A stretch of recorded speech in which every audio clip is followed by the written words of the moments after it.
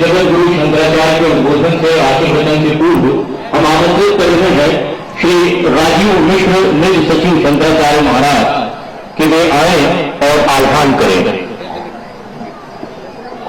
वृंदावली के साथ वे आह्वान करेंगे, उसके पश्चात आशीर्वचन होगा। नमः संभवाय समयभवाय नमः शंकराय समयशंकराय नमः शिवाय शिवतराय श्रीमद्परमानंदविग्रहाचार्यवर्याय प्रवाक्य प्रमाणिष्ठानिष्ठाय तपश्चर्याय धर्मचक्रवर्तिनः अनाद्यविच्छिन्न परंपरा प्राप्त धर्म प्रचारपारायण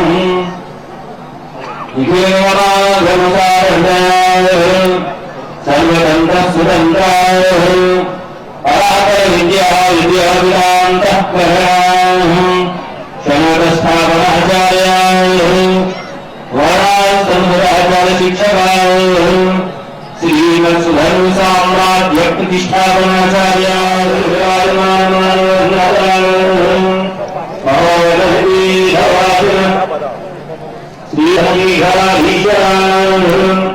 श्रीमराज श्री शंकराचार्य श्रीरंजनेतीर्थस्वामी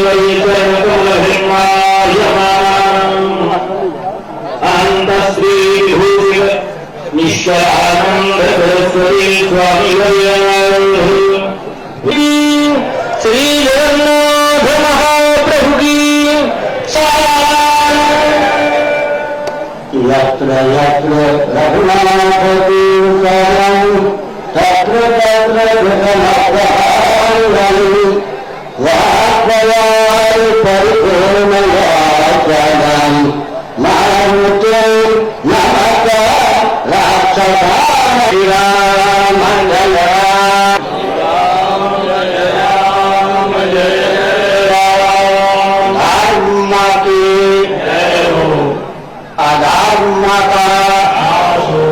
प्राणियों में विश्व का गो माता की गो हत्या भारत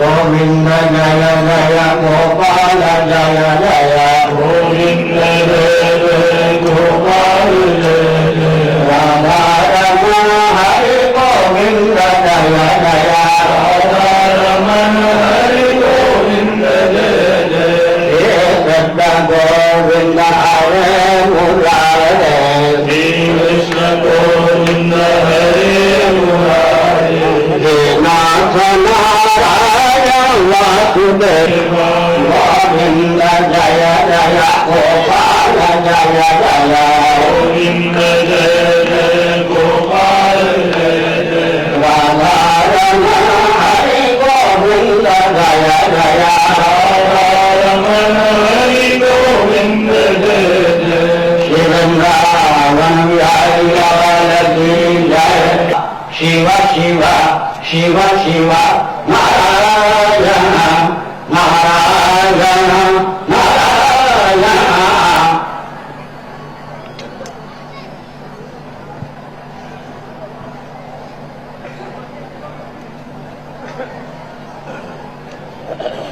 समादरणीय संत वृंद,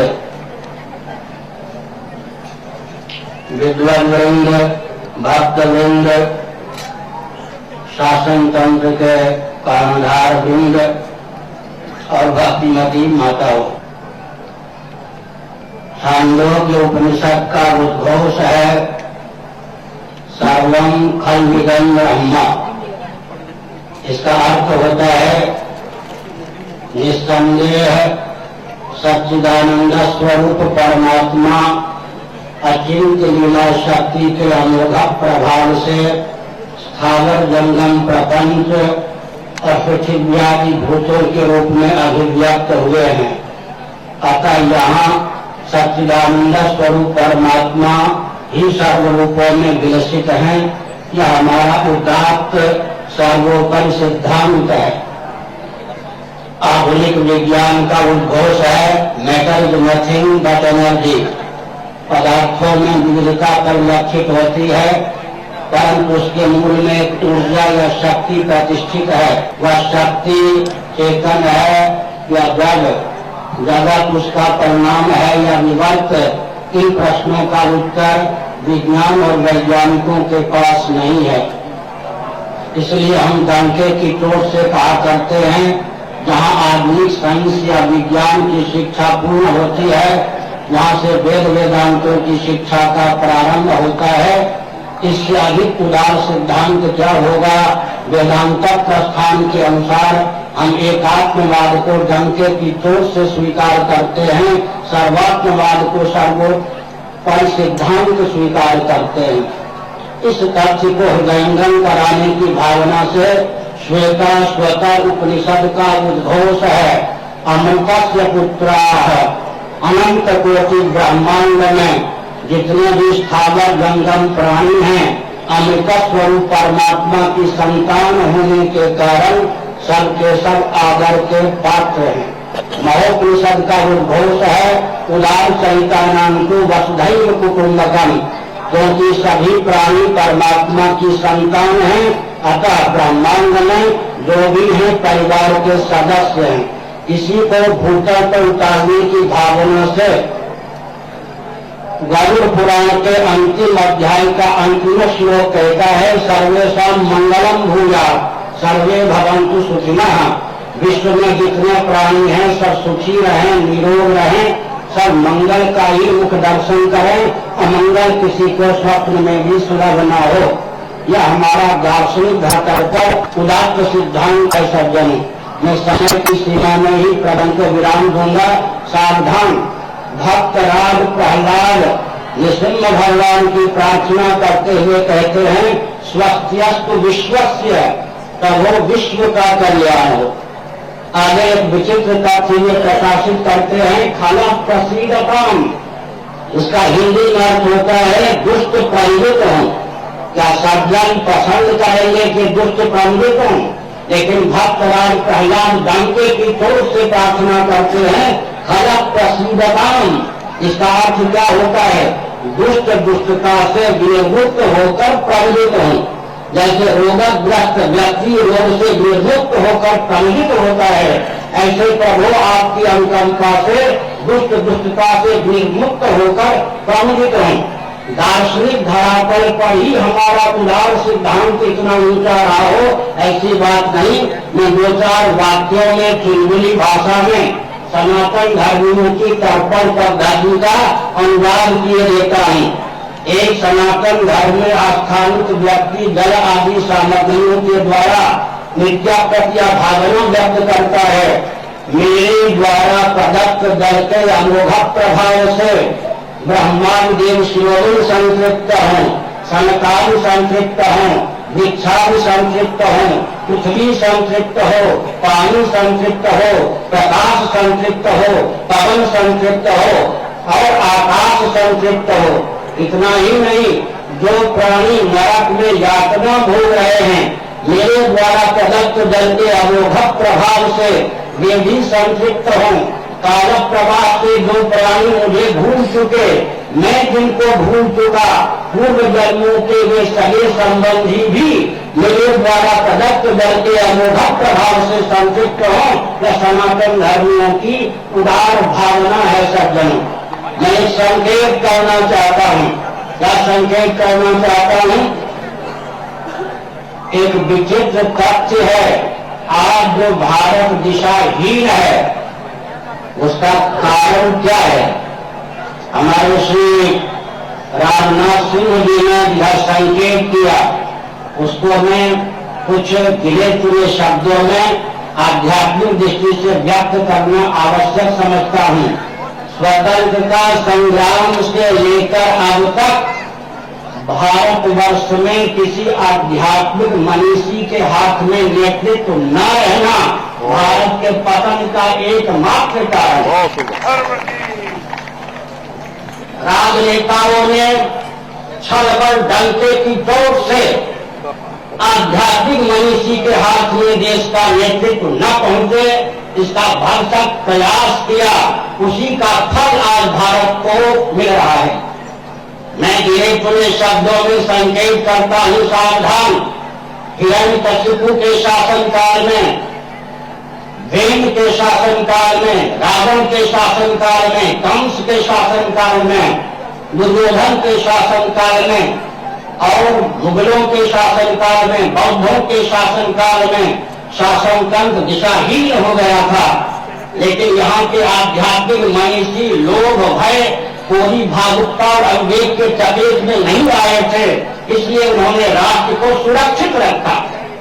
एक उदाहरण देता हूँ, माना कि ब्रह्मर्षि, देवर्षि, दधीचि, महर्षि की हड्डियों से बना हुआ अभिमंत्रित वज्र देवराज इंद्र के हाथ में हो, लेकिन देवगुरु बृहस्पति का वरद हस्त देवराज इंद्र को सुलभ न हो, तो दैत्यों, राक्षसों, असुरों, उग्रवादियों, अराजक तत्वों से देवताओं की रक्षा करने में देवराज इंद्र भी समर्थ नहीं होते।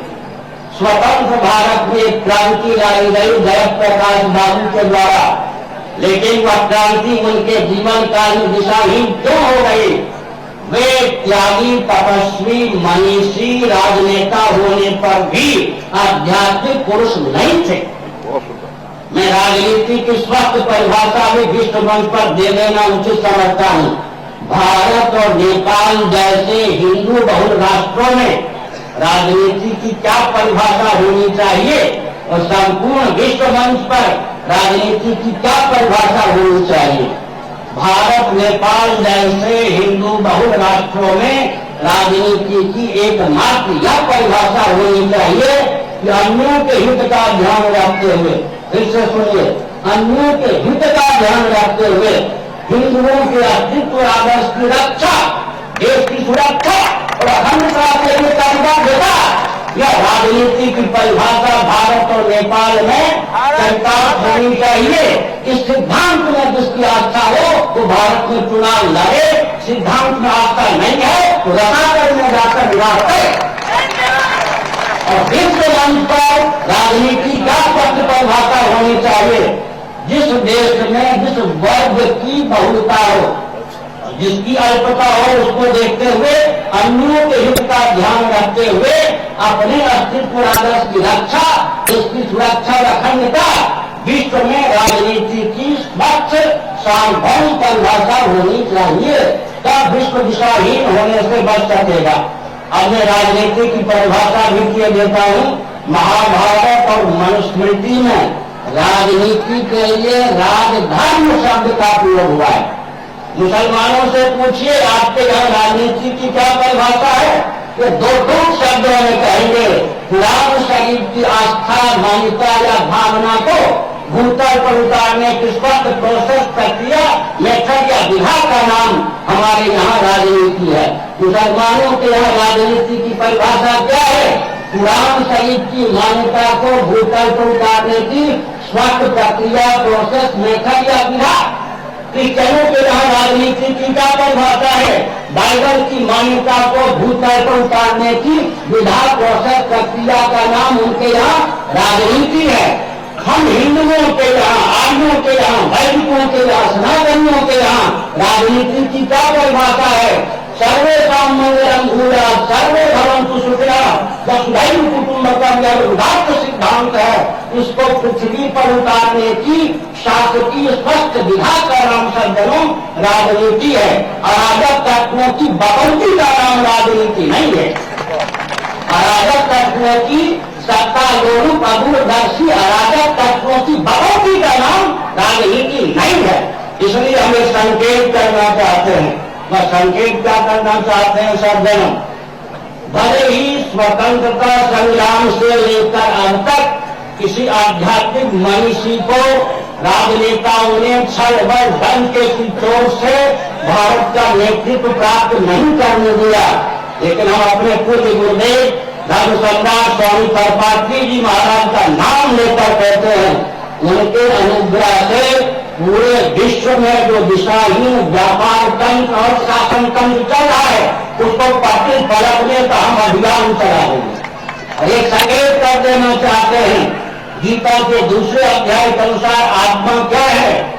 कोटि कोटि प्रयागियों के द्वारा, विरागियों के द्वारा, अणुबम के द्वारा भी, यहाँ तक कि ज्ञानाग्नियों के द्वारा भी जिसका दाग बाग नाश ना हो उस अक्षय आयु का नाम आत्मा है।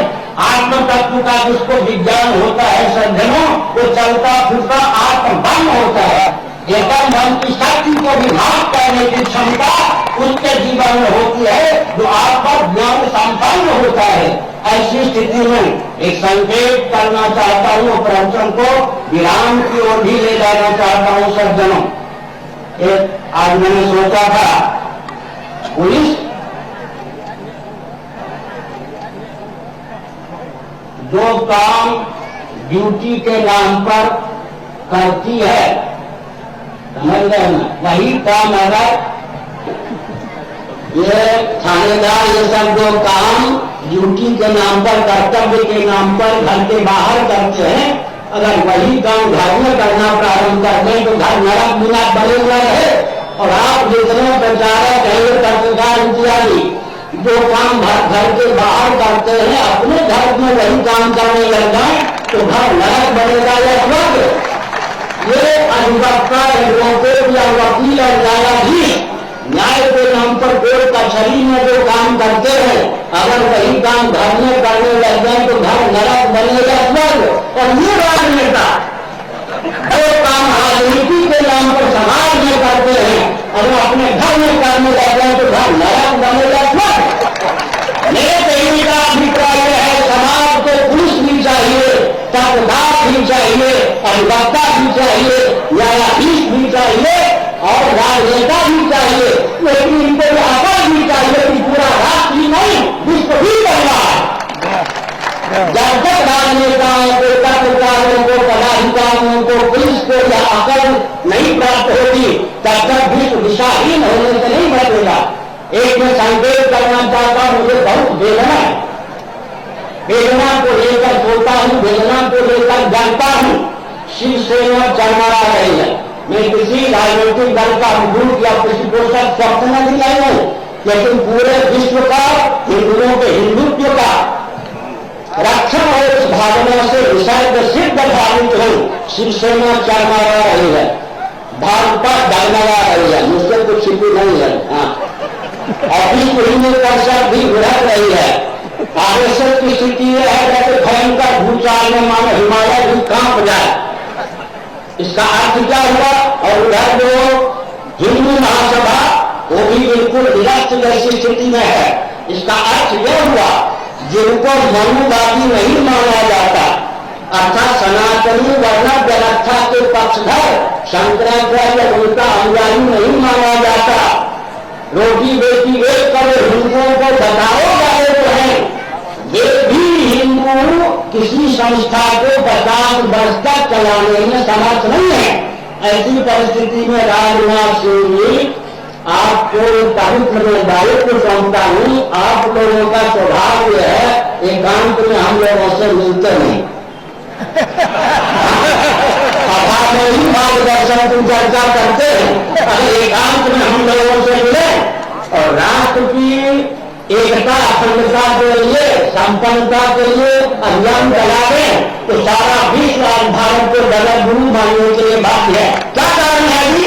भारत की पार्लियामेंट पर बहुत शासन करते हैं, मुस्लिम तक शासन करता है, कभी शासन करता है और शंकराचार्य जैसे मनीषी संतों जैसे मनीषी के देश में है उस देश में होता है जहां फैसला होती है, जहां महापुरुषों के वचन मान नहीं जाते हैं वहां ऐसी दुर्दशा होती है।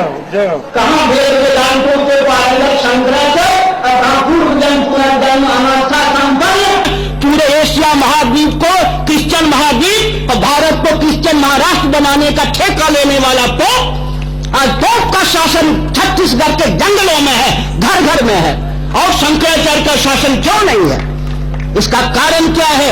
राजनीति की अलग लहर चलती है और कोई संत अगर हो, मुझे बहुत प्रसन्नता होगी जिन पर भाजपा की मुहर न लगी हो, कांग्रेस की मुहर न लगी हो, सपा की मुहर न लगी हो, वो राष्ट्र को बचा सकते। मैं वेदना पूर्वक कहता हूं, आडवाणी जी ने मेरी बात नहीं सुनी, वाजपेयी जी ने मेरी बात नहीं सुनी और मुझको नष्ट करने का अभियान करते करते रसातल में नरसिंह राव पहुंच गए। लेकिन मैं डंके की चोट से कहना चाहता हूं, 700 वर्षों तक मुगलों ने भारत पर शासन किया। क्या किसी एक माई के लाल ने जो शंकराचार्य ना हो अपने को शंकराचार्य कहने का साहस किया? क्रिश्चियनों ने भारत पर शासन किया, लेकिन क्या एक माई के लाल ने स्वयं को शंकराचार्य कहा जो ना हो? क्या मुगल और क्रिश्चियन भारत के हिंदुओं के हिमायती थे? नहीं, वे दूरदर्शी थे। उनके हृदय में यह विज्ञान था, अगर शंकराचार्य नकली बनाकर हम घुमावेंगे तो हमारे पोप पैगंबर पादरी भी नकली होंगे, तब हम नष्ट हो जाएंगे। लेकिन हिंदू राजनेताओं को यह अकल नहीं है।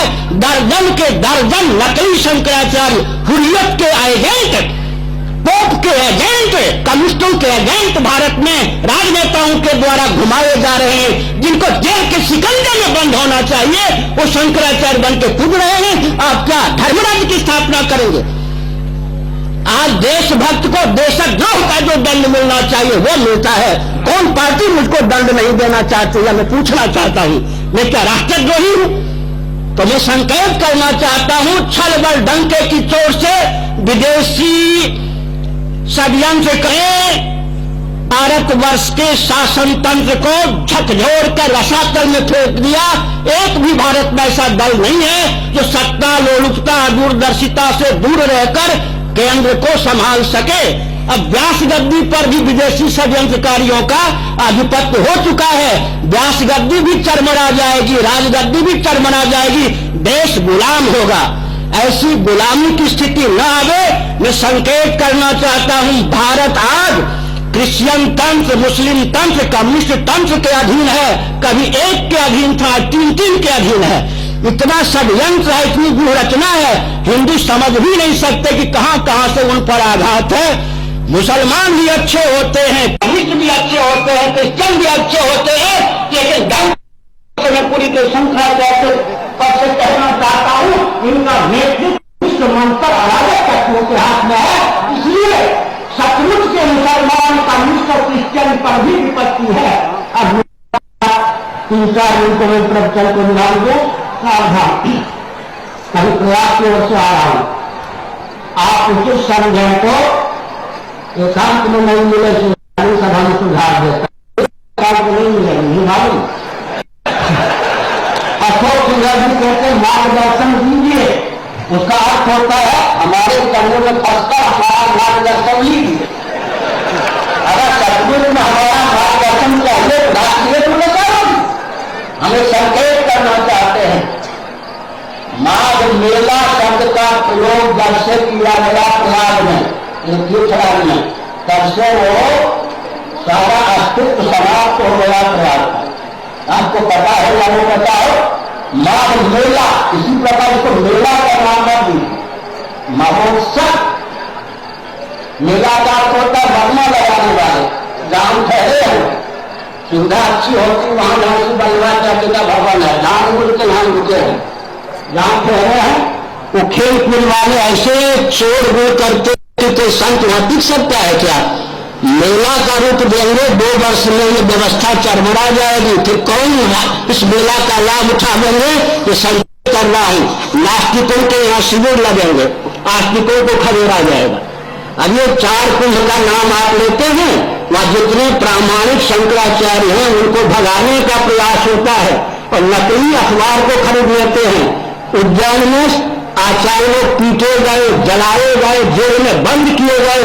मेला का रूप देंगे तो यही सब होगा। और एक संकेत करते हुए वचन को विराम देता हूं, संभाल कर इसको दिशा दीजिए। केवल रुपया खर्च करने से नहीं होगा, योजना बनाइए, व्यू बनाइए। मैं एक संकेत करता हूं, तीर्थराज प्रयाग में अग्रवाल जी, सिंह जी, 2 सिंह है यहाँ पर, सिंह ही पर्याप्त है, 2 सिंह यहाँ पर है, धर्म सिंह, सिंह अग्रवाल जी। प्रयाग में क्या होता है, भोले भाले हिंदू, 10 लाख हिंदू हर माह में त्रिवेणी में स्नान करते हैं कुंभ के अवसर पर 5-5 करोड़ हिंदू, लेकिन वही क्रिश्चियनों की संस्थाएं साल भर लाखों डॉलर विदेश से मंगाकर हिंदुओं से लेकर क्रिश्चियन बनाती हैं, अर्थात वहां पर आस्तिकता का आह्वान करते हैं हिंदू क्रिश्चियन। यहां पर शुरू हो गया है वो क्या है, नवापड़ा। क्रिश्चियनों ने जो उत्पाद शुरू किया है वो आप लोगों को विदित है या नहीं? आप मेला बनाते रहिए, कुंभ मनाते रहिए, लाखों रुपए खर्च करिए, संत महात्मा आएंगे, स्नान करेंगे, लेकिन लाभ इतना है क्रिश्चियनों की संस्थाओं को, वो 12 महीने व्यूह रचना पूर्वक काम करेंगे। हिंदुओं के पास कोई व्यूह रचना नाम की चीज नहीं है। इसलिए मैं सावधान करता हूं, इस मेले का नहीं, महोत्सव का दोहन क्रिश्चियनों के द्वारा न हो, नास्तिकों के द्वारा न हो, राष्ट्रद्रोहियों के द्वारा न हो।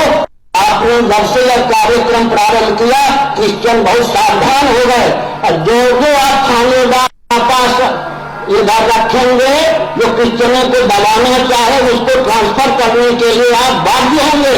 ऐसी परिस्थिति में ये सारा क्षेत्र क्रिश्चियनों के चंगुल में फंस जाएगा, जैसा कि प्रयाग में त्रिपाठी मिश्र इत्यादि सब क्रिश्चियन होकर पादरी बन के घूम रहे हैं। उसी प्रकार हिंदुओं के तीर्थ का दोहन विदेशी एजेंट वाले करेंगे।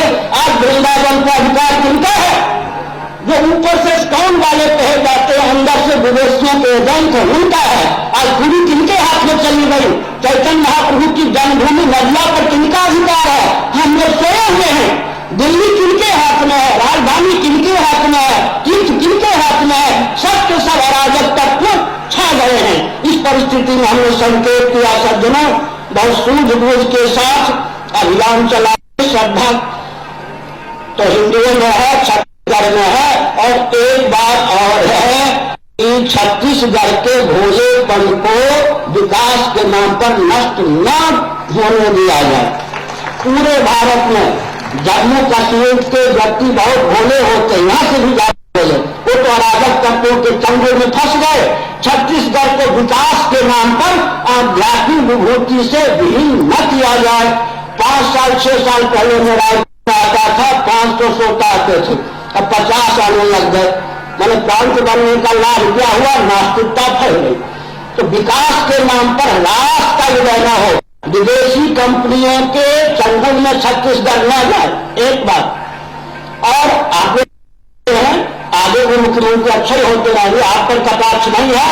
और दिशाहीन मंत्रियों के द्वारा छत्तीसगढ़ का दोहन और कलेक्टर एसपी इत्यादि के द्वारा छत्तीसगढ़ का दोहन न हो, और दिशाहीन क्षेत्रीय व्यापारियों के द्वारा छत्तीसगढ़ का दोहन न हो, और विकास के नाम पर यहाँ की आस्था पर कुठाराघात न हो, अश्लील मनोरंजन और मादक द्रव्य छत्तीसगढ़ के व्यक्तियों का सहारा न बने। इस सब को ध्यान में रखते हुए आगे चलिए। हमने श्री राजनाथ सिंह जी को एक संदेश दिया, मुझे बहुत दर्द है। शिवसेना के ठाकरे जी से हमारा नाम सुन के घबराते आते नहीं है। ठाकरे जी हों, सुदर्शन जी आते हैं, सुदर्शन जी हों, वाजपेयी जी हों, अडवाणी जी हों, आप हैं, और विश्व हिंदू परिषद का अशोक सिंघल है, ये वो एक कौन से हिंदू महासभा की क्या कारण है कि हिंदुओं की कोई भी संस्था चल नहीं पाती है? कहाँ त्रुटि है? त्रुटि का अवलोकन करके उसको दूर कीजिए। सबको अभयदान देते हुए हमें घोषणा करते हैं, मुसलमान, क्रिश्चियन, पादरी, जो कोई हो, पारसी, सब अभयदान हम लोगों के द्वारा है। लेकिन ध्यान रखो, मानवाधिकार की सीमा में हिंदुओं को भी अपने अस्तित्व आदर्श की रक्षा का शाश्वत अधिकार प्राप्त है। जो हमारे अस्तित्व आदर्श के साथ खिलवाड़ करेगा वो भारत में टिक नहीं सकेगा, और विश्व मंच पर भी उसको टिक पाना कठिन होगा। भारत का अर्थ होता है सबको प्रश्रय देना, सबको सुखी बनाने वाला। तो संकेत किया, और हमको तो लोग बुलाते हैं जैसे पटरी मजबूत हो तो रेलगाड़ी चले। हमारा प्रवचन बुरा लगे तो अगले साल से मत बुलाइएगा, सीधी बात है। और मैं एक अपनी भावना बहुत धीरे से कहता हूं, अगर वो पसंद हो तो अगले साल से मैं आऊंगा, छत्तीसगढ़ तो आऊंगा, यहाँ नहीं आऊंगा। चाहे मीडिया वाले हों, नेता तो सब ठीक ही हैं, चाहे संत हो, बुरा मत मानना कोई। अगर इस मंच पर चप्पल जूते की गति हुई तो मैं नमस्कार कर लूंगा मेला को। मेरे बस की बात नहीं है कि चप्पल जूते पहनकर लोग घूमे, वहां से आध्यात्मिक प्रवचन करूं, ये मेरे बस की बात नहीं है। मेरी विद्या सरस्वती हो करेगी।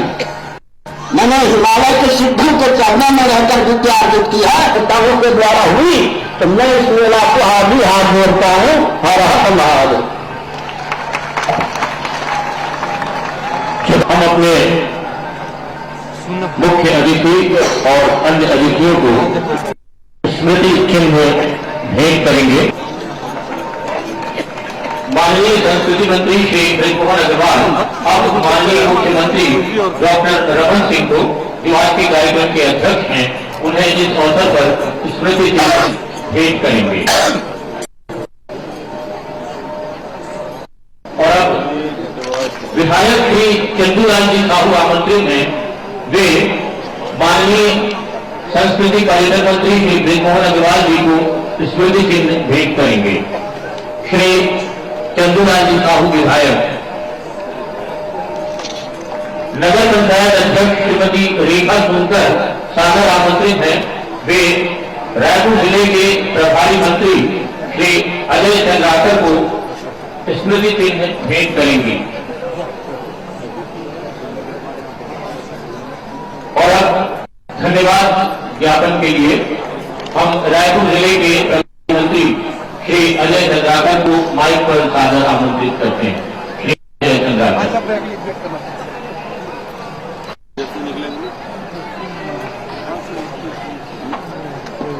मंच पर उपस्थित परम श्रद्धेय सिंह जी, प्रदेश के मुख्यमंत्री सम्माननीय श्री डॉक्टर रमन सिंह जी, के संस्कृति मंत्री सम्माननीय ब्रिजमोहन जी अग्रवाल, भारतीय जनता पार्टी के प्रदेश अध्यक्ष सम्माननीय शिव प्रताप सिंह जी, यहाँ के विधायक सम्माननीय श्री चंद्रलाल जी साहू, पूर्व सांसद सम्माननीय श्री चंद्रशेखर जी साहू, दर्शक दीर्घों में स्थान ग्रहण करेंगे। कार्यक्रमों के अंतर्गत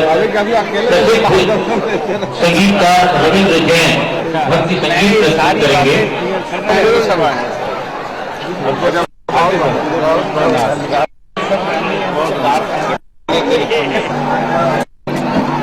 प्रसिद्ध गायक रविंद्र जैन। सर थोड़ा सा नीचे, थोड़ा सा साइड प्लीज सर।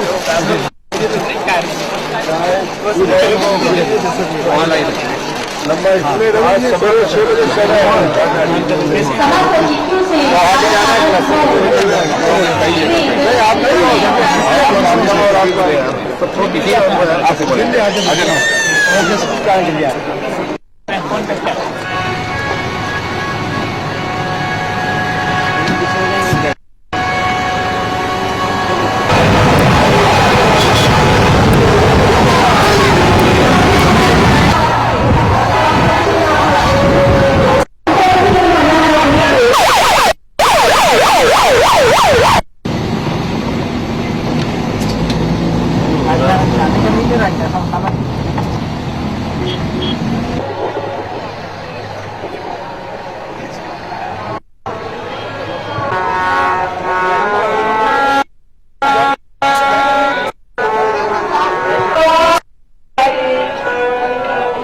Yeah.